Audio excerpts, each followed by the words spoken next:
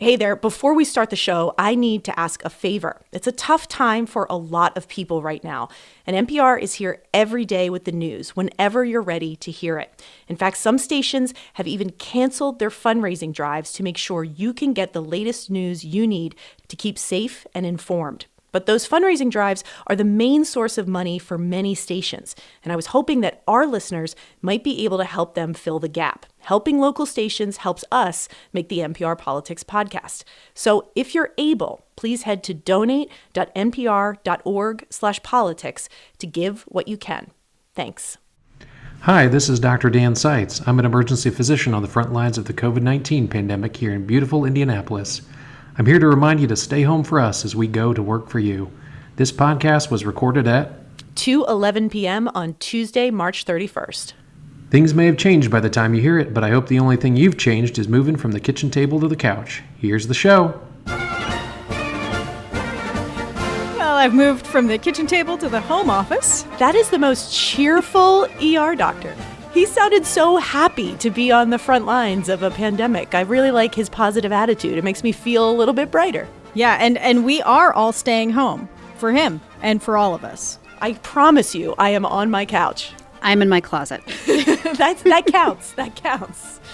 Hey there, it's the NPR Politics Podcast. I'm Susan Davis. I cover Congress. And I'm Tamara Keith. I cover the White House.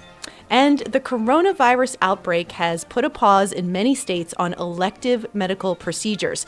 And in many places, that means abortion, too. Our old friend Sarah McCammon has been following that for NPR, and she joins us now. Hey, Sarah. Hi, good to talk to you.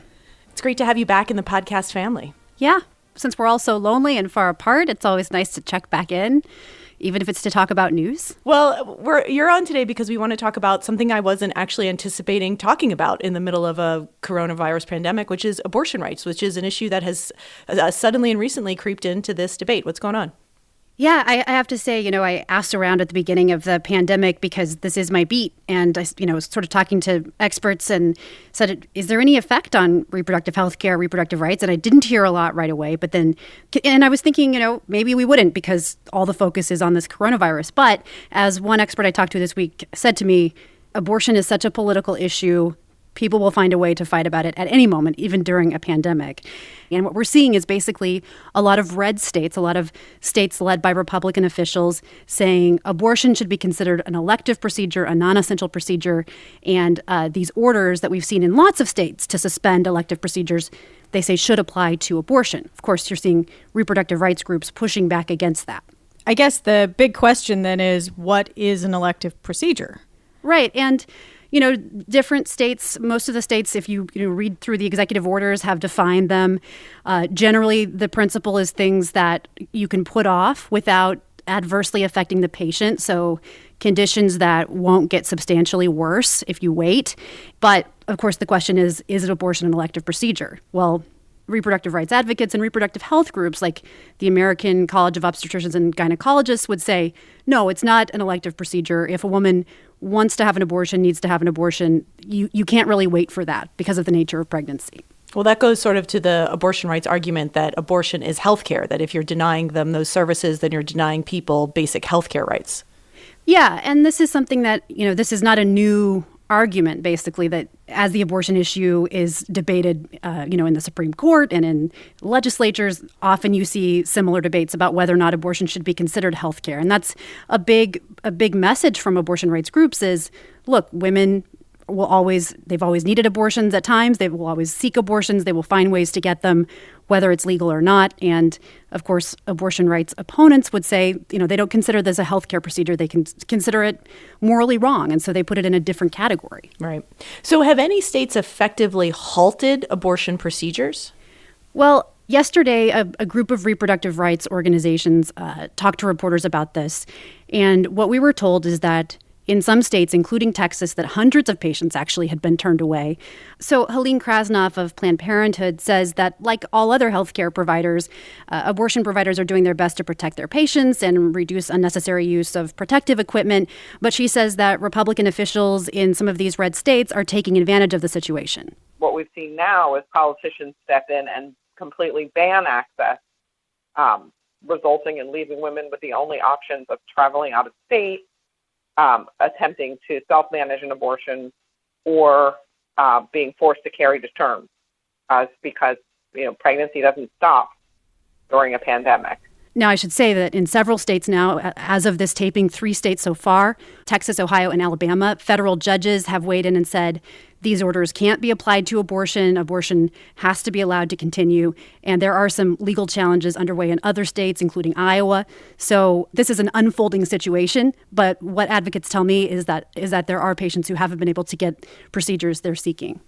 It's so tricky, though, because I'm looking at news out of places like New York City and the idea that your doctors are basically saying if you don't have to go into a medical clinic, if you don't have to go to a hospital or some other healthcare provider, don't do it. And so it does seem like that just reality of the moment has given sort of the abortion debate, which is always sort of political and very heated, a moment to sort of halt it, because there is actually a public health reason for people not to go anywhere near these hospitals unless they think their life is genuinely at risk. Right, and that's sort of the argument you're hearing from the anti-abortion side of this debate.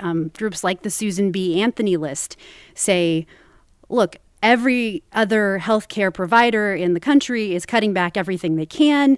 And obviously these are groups that oppose abortion, so they're eager to see a suspension or an end to abortion at any time. So it's important to say that. But the argument they make is that the Planned Parenthood and other abortion providers should just do the same thing and cancel these procedures. So, Sarah, where do you see this going in the courts?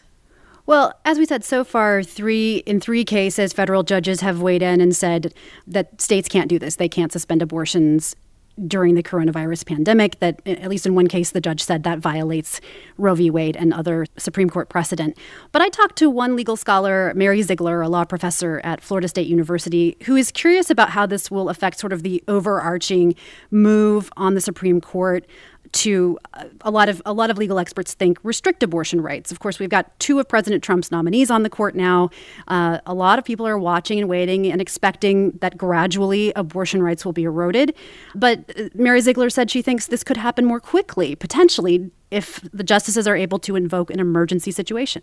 It's that the Supreme Court, and particularly members of the Supreme Court like John Roberts and Brett Kavanaugh, who might be gun shy about decimating abortion rights quickly, might feel more comfortable doing that if they can invoke public health or some kind of national crisis as cover for what they're choosing to do.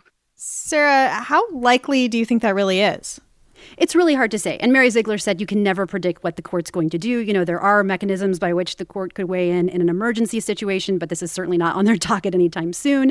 But what we do know is that these cases are moving through the courts, through the federal courts, and even at this time of crisis, federal judges are seeing these cases as worthy of weighing in on right now.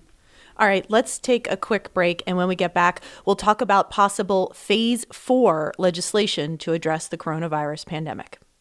When the economy goes haywire and you need a podcast to turn to, Planet Money is here for you. Are we already in a recession? There's no question that we are about to enter a period of substantial slowdown in the economy. Listen to NPR's Planet Money, emergency podcasts whenever the news demands it.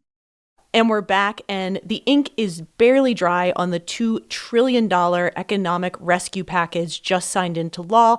But already some people in Washington are talking about Phase 4 legislation. What needs to come next? And Tam, President Trump has some ideas. He does. So on Friday, right after he signed the legislation, he was asked if a Phase 4 might be necessary. And he said that that's something that they're going to have to look into because the states are going to need help. He says they've been hurt very badly. Then we went a few days without hearing anything. And today he tweeted, and I'm going to do my favorite thing, which is reading presidential tweets. He says, with interest rates for the United States being at 0, this is the time to do our decades-long awaited infrastructure bill. It should be very big and bold, $2 trillion, and be focused solely on jobs and rebuilding the once great infrastructure of our country, ! Phase 4. So we're back to Infrastructure Week. Yeah, Infrastructure Weeks have typically been, really challenging news weeks. How many Infrastructure Weeks is this? We're in, definitely infrastructure month right now. Yeah. It's a kind of infinity at this point. I mean, this is something obviously that's come up again and again as a potential opportunity for bipartisan cooperation. Is it right now? Everybody likes to spend money on roads, bridges, airports, infrastructure. All of that stuff's good stuff. It means jobs. It means growth.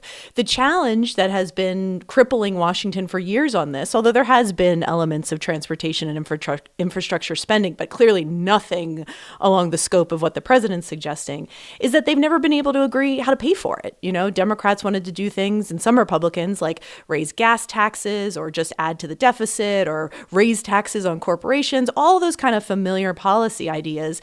And the reason why I think that maybe this could be a more serious conversation than it has been in the past is one of the things that $2 trillion legislation just taught us is that, one, Washington is really eager to spend whatever it takes right now to get the country back going.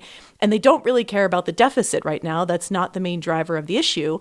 And you know, President Trump is saying this week he wants an infrastructure bill, and House Speaker Nancy Pelosi said the exact same thing just yesterday. She's already also talking about phase 4 legislation that she says is going to be necessary, and she's describing it not so much about addressing the emergency, but focusing on the recovery, what's going to be needed for a comeback. And she had a conference call with reporters yesterday. The fourth bill would be about recovery, emergency mitigation recovery.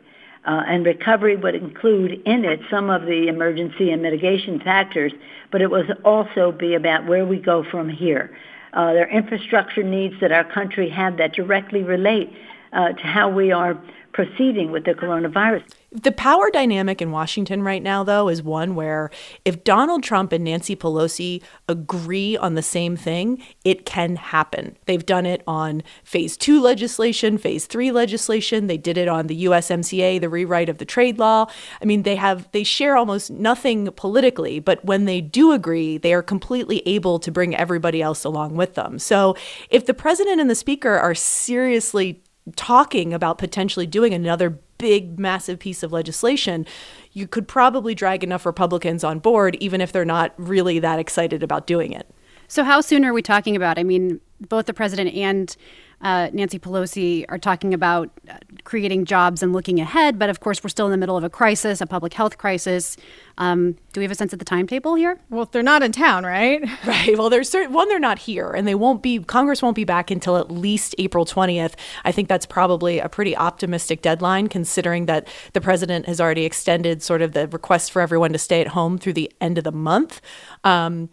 You know, I don't know about timeline because I think Republicans, as I said, are kind of reluctant to do anything really quickly. Senate Majority Leader Mitch McConnell was on the Hugh Hewitt radio show and said he was pretty suspicious of Nancy Pelosi's ideas. He wasn't embracing them. You know, I think you have to genuinely be aware of the speaker in a situation like this. I'm reminded of what Rahm Emanuel said during the financial crisis, never let a crisis go to waste. What that meant was seize on the crisis to try to achieve unrelated policy items that you have not been able to get under other circumstances.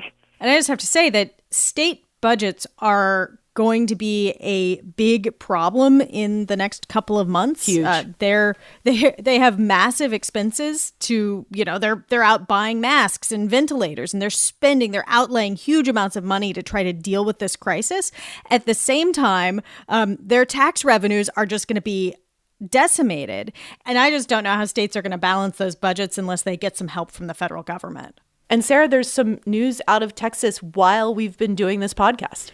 Right. It looks like that basically under another federal court ruling, it looks like the Texas Attorney General has successfully gotten a higher court to lift that order, which basically means that at least for now, the order stands. Abortions are considered a non-essential procedure in Texas and have to stop for the time being, at least non-emergency ones. But that could change. All of this can change very quickly. All right. That is it for us for today. Sarah, thanks so much for coming on the podcast. It was great to have you back with us. My pleasure. Good to talk to you all. And we're talking about doing a listener question podcast later in the week about the political and economic impacts of the coronavirus outbreak. So if you have a question you'd like us to answer, send them to us. You can reach us on email at nprpolitics@npr.org or ask us on our Facebook group. You can find it at n.pr/politics group. I'm Susan Davis. I cover Congress. And I'm Tamara Keith. I cover the White House. And thank you for listening to the NPR Politics Podcast.